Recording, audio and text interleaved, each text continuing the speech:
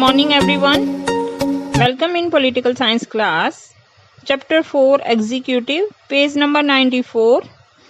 Today we are going to read about the permanent executive, bureaucracy. There are two types of executive, permanent executive and political executive. Permanent executive में bureaucrats आते हैं, IAS officers. The executive organ of the government includes the Prime Minister, the ministers and a large organization called the bureaucracy or the administrative machinery. तो executive में mainly prime minister, council of ministers और bureaucrats जो कि हमारी administrative machinery है ये शामिल होते हैं. To underline the difference between the machinery and the military services it is described as civil services. तो टू टाइप की सर्विसेज हैं, एक तो military services and second is civil services. तो जो ब्यूरोक्रेट्स हैं वो सिविल सर्वेंट कहलाते हैं या सिविल सर्विसेज कहते हैं इन्हें. Trained and the skilled officers who works as the permanent employees of the government are assigned the task of assisting the ministers in formulating the policies and implementing these policies. तो जो IAS officers हैं वो ministers को assist करते हैं policy बनाने में और उनको इम्प्लीमेंट करने में. In a democracy, the elected representatives and the ministers are in charge of the government. जो इलेक्टेड रिप्रेजेंटेटिव यानी कि MLAs और MP हैं वो गवर्नमेंट के इंचार्ज होते हैं. गवर्नमेंट का इंचार्ज होता है, उनके पास चार्ज होता है and administration is under their control and supervision. और पूरे प्रशासन की देखरेख करते हैं, उस पर कंट्रोल रखते हैं, निरीक्षण करते हैं. In the parliamentary system the legislature also exercises the control over the administration. और हमने पार्लियामेंट्री सिस्टम अडॉप्ट किया है तो पार्लियामेंट्री सिस्टम में लेजिस्लेचर भी एडमिनिस्ट्रेशन को कंट्रोल करती है. It is the responsibility of the ministers to retain the political control over the administration. तो ये मिनिस्टर्स का उत्तरदायित्व होता है कि वो एडमिनिस्ट्रेशन को पॉलिटिकली कंट्रोल करें. India has established professional administration machinery. At the same time, machinery is made politically accountable. और जो हमारे MPs और MLA हैं वो इसके लिए अकाउंटेबल होते हैं, उत्तरदायी होते हैं. The bureaucracy is also accepted to the politically neutral. लेकिन जो ब्यूरोक्रेट्स हैं, IAS ऑफिसर्स हैं हमारे, वो न्यूट्रल रहते हैं क्योंकि जो गवर्नमेंट्स हैं वो एवरी 5 years आती हैं और जाती हैं. वो पॉलिटिकली न्यूट्रल रहते हैं, सिर्फ पॉलिसी मेकिंग का काम होता है उनका.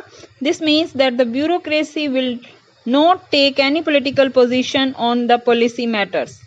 तो उनके पास कोई पॉलिटिकल पोजीशन नहीं होती है. In a democracy it is always possible that a party is defeated in elections and the new government wants to opt for new policies in the place of policies of the previous government. In such a situation, it is the responsibility of the administrative machinery to faithfully and efficiently participate in drafting the policy and its implementation. तो जो भी government जो policies लेकर आती है, जब next government choose की जाती है तो वो मे बी किसी अदर पॉलिटिकल पार्टी की है, तो वो पिछली गवर्नमेंट की पॉलिसीज को कंटिन्यू ना करके अपनी डिफरेंट पॉलिसीज लेकर आती है. लेकिन जो एडमिनिस्ट्रेटर्स हैं, सिविल सर्वेंट्स हैं, उनका काम होता है पूरी ईमानदारी से उन पॉलिसीज को फॉर्मुलेट करना और इम्प्लीमेंट करना. The Indian bureaucracy today is an enormously complex system. It consists of all India services, state services, employees of the local government. Means एक तो all India services हैं, दूसरा state services और third जो employees of the local government and the technical and the managerial staff running the public sector undertaking. Makers of our constitution were aware of the importance of the non-partisan and the professional bureaucracy. तो जो हमारे constitutional makers थे वो चाहते थे कि जो भी हमारे गवर्नमेंट सर्वेंट हैं वो किसी की तरफदारी ना करें, भेदभाव ना करें और एक प्रोफेशनल ब्यूरोक्रेसी हो कि सिर्फ अपने काम पर ध्यान दें. दे also wanted the members of the civil services of bureaucracy to be impartially selected on the basis of merit. और जो सिविल सर्वेंट हैं उनका जो सिलेक्शन होता है वो भी इम्पार्शियली हो, किसी तरीके का उसमें भी कोई भेदभाव ना हो. They also wanted the member of civil services और bureaucracy to be impartially selected on the basis of merit. So the Union Public Service Commission has been entrusted with the task of conducting the process of recruitment of civil servants for the Government of India. Similar public services commissions are provided for the state also. तो एक service commission है, public service commission, जो कि इसके लिए exam organise करता है और रिक्रूट करता है. इसी तरीके से स्टेट के अंदर स्टेट सर्विस कमीशन होता है. Members of the public service commission are appointed for a fixed term.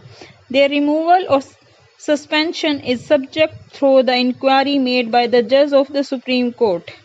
यानी कि इनका जो सस्पेंशन है इतना इजी नहीं होता, सिर्फ सुप्रीम कोर्ट के जो जज हैं वो इनको सस्पेंड कर सकते हैं. While efficiency and merit are the norms of recruitment, the Constitution also ensures that all the sections of society, including the weaker section, have an opportunity to the part of public bureaucracy. कि society के सब sections को bureaucracy में एक opportunity मिले, वहां तक पहुंच सके.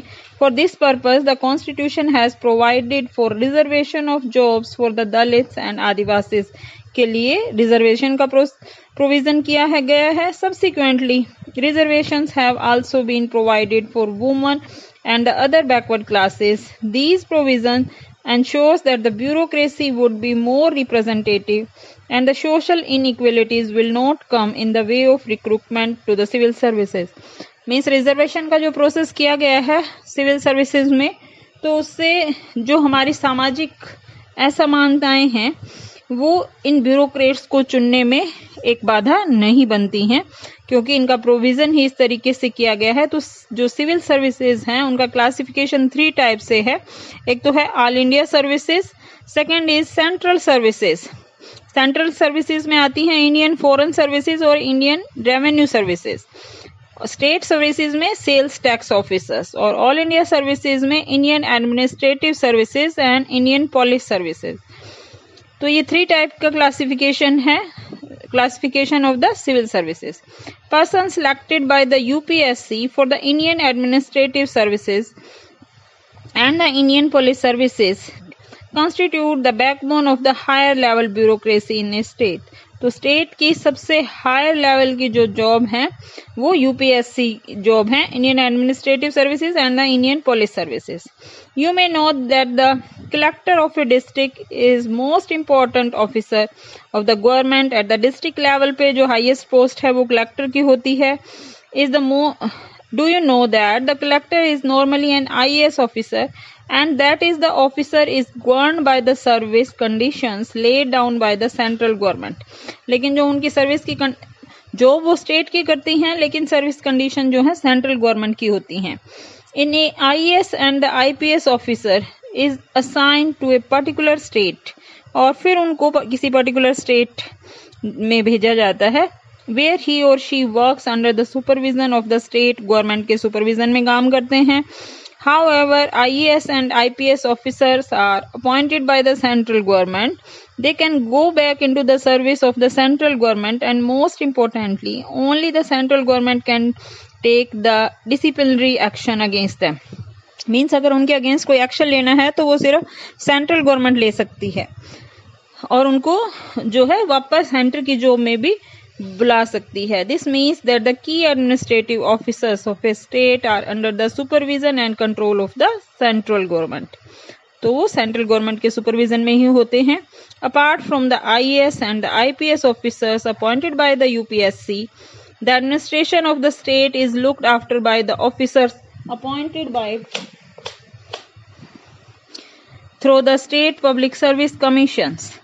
As we shall study later in the chapter on federalism, the future of bureaucracy strengthens the control of central government over the administration of the states. तो ये ब्यूरोक्रेसी की स्ट्रेंथ है कि जो स्टेट एडमिनिस्ट्रेशन है उसको सेंट्रल गवर्नमेंट जो है कंट्रोल करती है इन ब्यूरोक्रेट्स को. The bureaucracy is an instrument through which welfare policies of the government must reach to the people. But most often it is so powerful that people are afraid to approaching a government officer. लेकिन लोग एक MP और MLA के पास तो जल्दी पहुंचते हैं, लेकिन उन्हें लगता है कि ये जो गवर्नमेंट सर्वेंट हैं, सिविल सर्विसेज के जो ऑफिसर्स हैं, उन तक उनकी पहुंच जो है मुश्किल लगती है उन्हें. It is the common experience of people that bureaucracy is incentives to the demands and expectation of the ordinary citizen only if the democratically elected government controls the bureaucracy. Some of these problems can be effectively handled. तो जो elected representative हैं उन तक पहुंचना easy है, और वही जो है ब्यूरोक्रेट्स को कंट्रोल करते हैं. Bureaucracy some of these problems can effectively handled. On the other hand, too much political interference turns the bureaucrats into an instrument in the hand of politician. लेकिन बहुत ज़्यादा जब इंटरफेयर करती है पॉलिटिक्स, तो जो ब्यूरोक्रेट्स हैं वो पॉलिटिशियन के हाथ का एक खिलौना बन जाते हैं.